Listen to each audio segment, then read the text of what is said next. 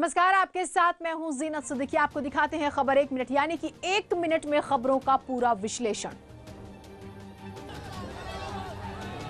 सीतापुर में tractor trolley के दौरान किसानों ने जमकर उपद्रव किया। किसानों के हंगामे के चलते शहर में करीब 2 घंटे तक अराजकता का माहौल देखने को मिला। इतना ही नहीं, किसानों ने कृषि कानूनों के विरोध में तलवारें भी लहराई। बताया जा रहा है कि बहुगुणा चौराहे पर ज्ञापन सौंपने के बाद कुछ किसान शहर के अंदर जाने के लिए जोर जबरदस्ती करने लगे। पुलिस ने जब उन्हें शहर के अंदर जाने से रोकने का प्रयास किया तो किसानों ने हंगामा करना शुरू कर दिया। पुलिस से भी उनकी धक्का मुक्की हुई। इस दौरान किसानों ने पुलिस पर ट्रैक्टर चढ़ाने की कोशिश की। शहर कोतवाल टीपी सिंह और महिला दरोगा मधु यादव बाल बाल बच गए। इसके बाद किसान हाईवे की ओर पहुंच गए। कुछ देर हाईवे पर हंगामा करने के बाद किसान रोडवेज बस अड्डे पर पहुंचे। यहाँ पर पुलिस ने इन किसानों को रोकने के लिए बैरिकेडिंग कर रखी थी, लेकिन कुछ किसानों ने बैरिकेडिंग को तोड़कर जाने का प्रयास किया। यहाँ पर उनकी पुलिस और सिटी मजिस्ट्रेट से तीखी नोकझोंक भी हुई।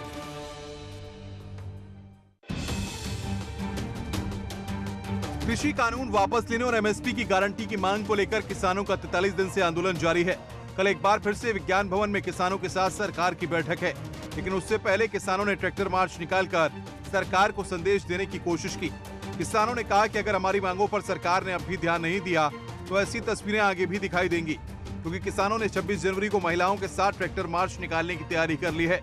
हरियाणा के हर गाँव से 10 महिलाओं को ट्रैक्टर मार्च में हिस्सा लेने के लिए बुलाया गया है। हाँ, बहुत दिन हो गए यहाँ बैठे बैठे, कुछ ना कुछ हाथ पांव तो हलाना पड़ेगा। कई दौर की वार्ता हुई, लेकिन अब तक कोई निष्कर्ष निकल कर नहीं आया। कल भी एक वार्ता हुई। बिना मुकदमे की तारीख है ये, बिना मुकदमे की तारीख है।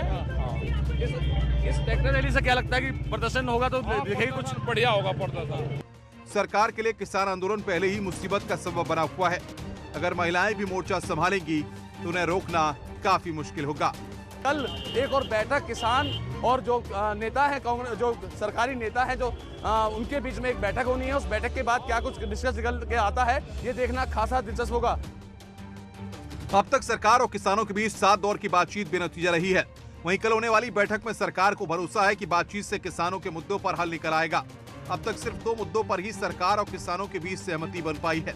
किसानों ने कहा है कि आज का ट्रैक्टर रैली तो सिर्फ झांकी है, क्योंकि 26 जनवरी को असली पिक्चर आना बाकी है। तो मोर्चे का कार्यक्रम है और ये पूरे सभी मोर्चों से आज ट्रैक्टर रैली निकल रही है। साथ ही देश भर में लोग जो है आज इस ट्रैक्टर मार्च कर रहे हैं। ये हैसल परेड है।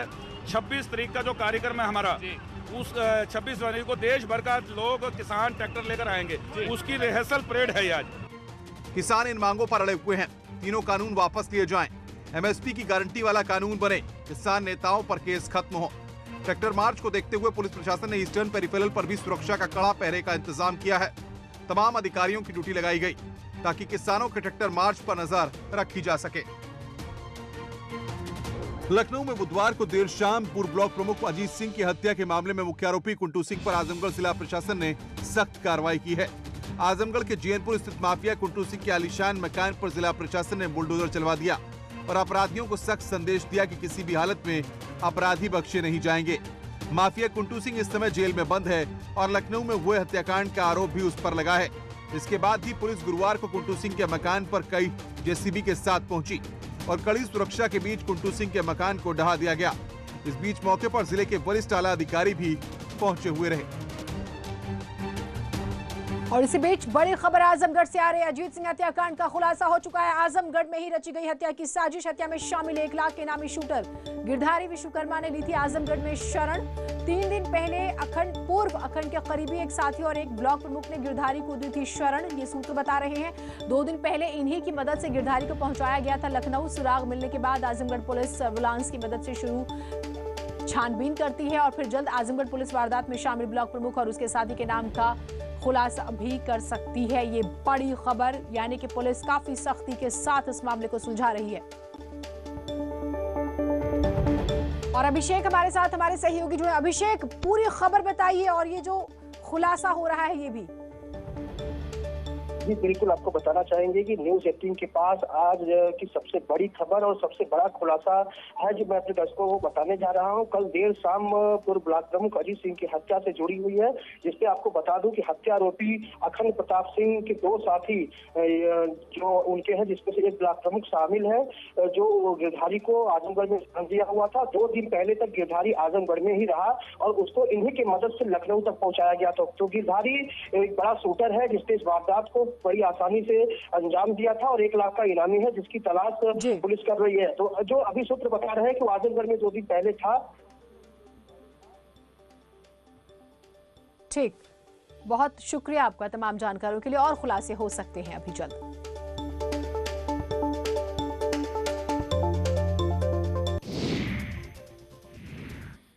प्रतापगढ़ में दुस्साहसी लुटेरों ने दिन दहाड़े एक ज्वेलरी की दुकान पर लूट की वारदात कर पुलिस को सीधी चुनौती दे दी। मामला घंटाघर के श्याम बिहारी गली का है, जहां पर सुरेश सोनी नाम के व्यापारी ने अपनी दुकान खोली ही थी कि तभी बाइक पर सवार होकर आए हथियारबंद 5 बदमाश दंदनाते हुए दुकान में घुसे और दुकान मालिक को पिस्टल के दम पर कब्जे में कर लिया और करीब 90 लाख के आभूषण बैग में भर लिए। साथ ही दुकान में रखे करीब 5000 की नकदी भी लूट ली और मौके से फरार हो गए। बाकी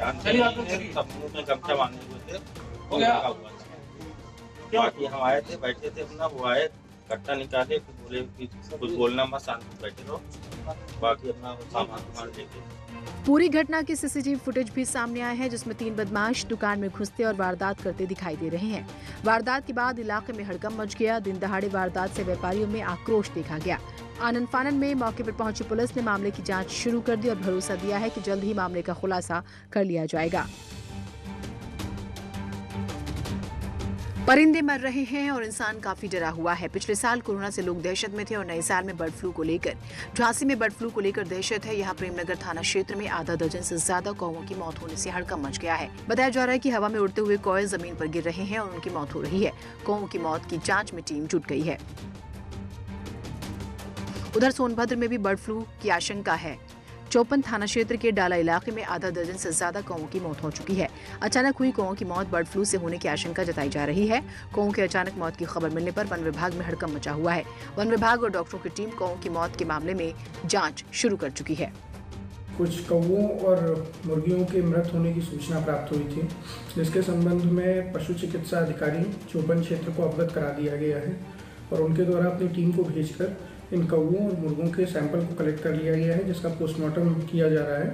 पोस्टमार्टम की रिपोर्ट आने के उपरांत ही इसकी पुष्टि की जा सकती है कि उनकी मृत्यु का कारण क्या है।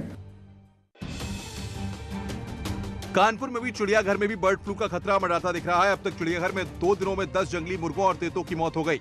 इसके बाद चिड़ियाघर प्रशासन हरकत में आया है और चारों पक्षियों के सैंपल जांच के लिए भोपाल भेजे गए हैं।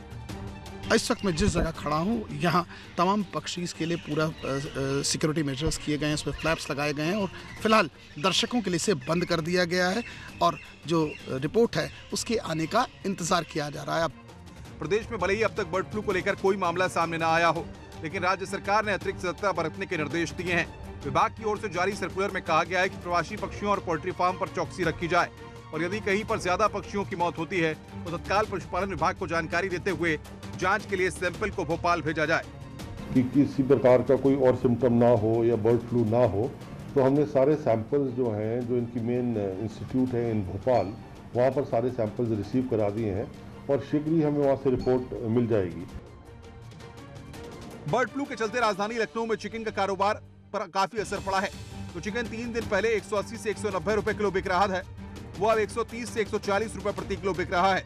वहीं अंडे के रेट भी कम हुए हैं। चिकन कारोबारी बर्ड फ्लू की अफवाहों को लेकर बेहद परेशान हैं। पूरे देश में बर्ड फ्लू को लेकर के अलर्ट जारी है। उत्तर प्रदेश सरकार ने भी गाइडलाइन जारी कर दी है। हालांकि अभी तक उत्तर प्रदेश में बर्ड फ्लू का कोई भी केस सामने नहीं आया है, लेकिन इन सब के बावजूद जो प्रिकॉशनरी इंतजाम हैं वो देखने को मिल रहे हैं। चिकन के कारोबार पर इसका सीधा असर दिखने भी लगा है। रेट में थोड़ा सा फर्क आ रहा है। जैसे अभी 180 चल रहा था, आज जो है 150 का रेट हो गया है। थोड़ा सा रेट पे ही फर्क हुआ है। ये कितने दिन में हुआ? 180 से 150 रुपए कितने दिनों में? ये 3 दिन में। 3 दिन में सर जी 3। अंडे के भी रेट में कुछ फर्क आया है? अंडे के भी रेट में फर्क आया है, गिरावट। अभी जैसे अंडे की ट्रे 190 रुपए की चल रही थी, आज उसकी ट्रे 140 से 150 रुपए हो गई है। अमेरिका में राष्ट्रपति चुनाव में हुई हार को स्वीकारने के लिए डोनाल्ड ट्रंप अभी भी तैयार नहीं है। अब उनके समर्थकों ने कैपिटल बिल्डिंग में ऐसा हंगामा किया कि हिंसा में एक महिला की मौत हो गई। यह हंगामा ऐसे समय में हुआ है जब यहां नवनिर्वाचित राष्ट्रपति जो बाइडेन को चुनाव जीतने का सर्टिफिकेट दिया जाना था। चुनावी नतीजों को लेकर डोनाल्ड ट्रंप के भाषण के बाद अमेरिका के कैपिटल परिसर के बाहर ट्रंप के समर्थकों और पुलिस के बीच हिंसक झड़प हुई है। ट्रंप समर्थकों को शांत कराने में सुरक्षा बलों के पसीने छूट गए। हिंसा के बाद माइक्रो ब्लॉगिंग साइट ट्विटर ने ट्रंप का अकाउंट न सिर्फ 12 घंटों के लिए बंद कर दिया, बल्कि नियमों का उल्लंघन जारी रहने पर हमेशा के लिए ट्रंप को ब्लॉक करने की चेतावनी भी दी। वहीं नवनिर्वाचित राष्ट्रपति जो बाइडेन ने इस हिंसा को राजद्रोह बताया है।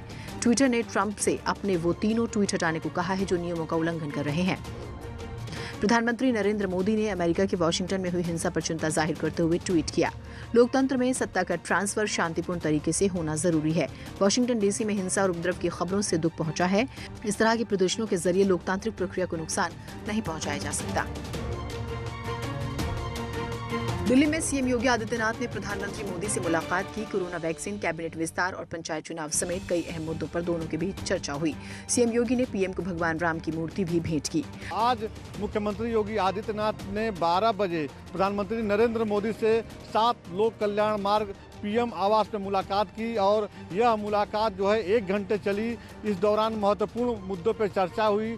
सबसे महत्वपूर्ण अगर मुद्दे की बात की जाए तो इस समय कोविड को लेकर जो वैक्सीन आया है उसका टीकाकरण किस तरह से कराया जाए, इसको लेकर जो उत्तर प्रदेश में तैयारी चल रही है, जो रोड मैप बनाए गए हैं, इसकी उन्होंने जानकारी दी। इससे पहले सीएम योगी ने बुधवार को गृह मंत्री अमित शाह से मुलाकात की और उन्हें भगवान राम की मूर्ति भेंट की। दोनों के बीच कई अहम मुद्दों पर चर्चा हुई। कोरोना वैक्सीनेशन का काम यूपी में किस तरह से किया जाएगा, योगी ने इसकी भी जानकारी दी है। इसके अलावा पंचायत चुनाव को लेकर भी चर्चा हुई है। कल ही मुख्यमंत्री योगी ने राष्ट्रपति रामनाथ कोविंद से भी मुलाकात की थी। उन्होंने राष्ट्रपति को नए साल की शुभकामनाएं देने के साथ कई मुद्दों पर बातचीत की। उत्तर प्रदेश में कानून व्यवस्था को लेकर यूथ कांग्रेस के विवादित ट्वीट को लेकर बीजेपी ने कड़ा ऐतराज जताया है। यूथ कांग्रेस के ट्विटर हैंडल से सीएम योगी के लिए व्यक्तिगत रूप से अमर्यादित टिप्पणी की गई है। यूथ कांग्रेस के ट्वीट पर बीजेपी ने कांग्रेस पर निशाना साधा है। बीजेपी ने कहा है कि संतों का अपमान करना कांग्रेस की पुरानी आदत है। इसी आदत के चलते कांग्रेस आज पूरे देश में हाशिए पर है, लेकिन कांग्रेस अब भी बाज नहीं आ रही है। कांग्रेस कुर्सी की राजनीति करती थी और कांग्रेस का जनाजा देश के कोने कोने से उठा दिया देश की जनता ने। इसी वजह से उठाया क्योंकि आप न देश के लिए काम करते थे और न मर्यादा में रहते थे।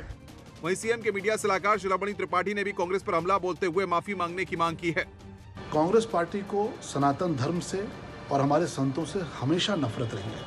हमेशा से उनकी ये भाषा रही है संतों के प्रति, सनातन धर्म के प्रति। उन्होंने आज एक ऐसे कर्मयोगी पर इस तरह की भाषा का इस्तेमाल किया है जिन्होंने सर्वाधिक पीड़ा के वक्त में, जब उनकी जीवन में सबसे ज़्यादा पीड़ा आई थी, उनके पिताजी का निधन हुआ था, उस वक्त में भी वो उत्तर प्रदेश की जनता की सेवा करते रहे। एक छोटे से ब्रेक के लिए रुक रहे हैं, कहीं मत जाइएगा।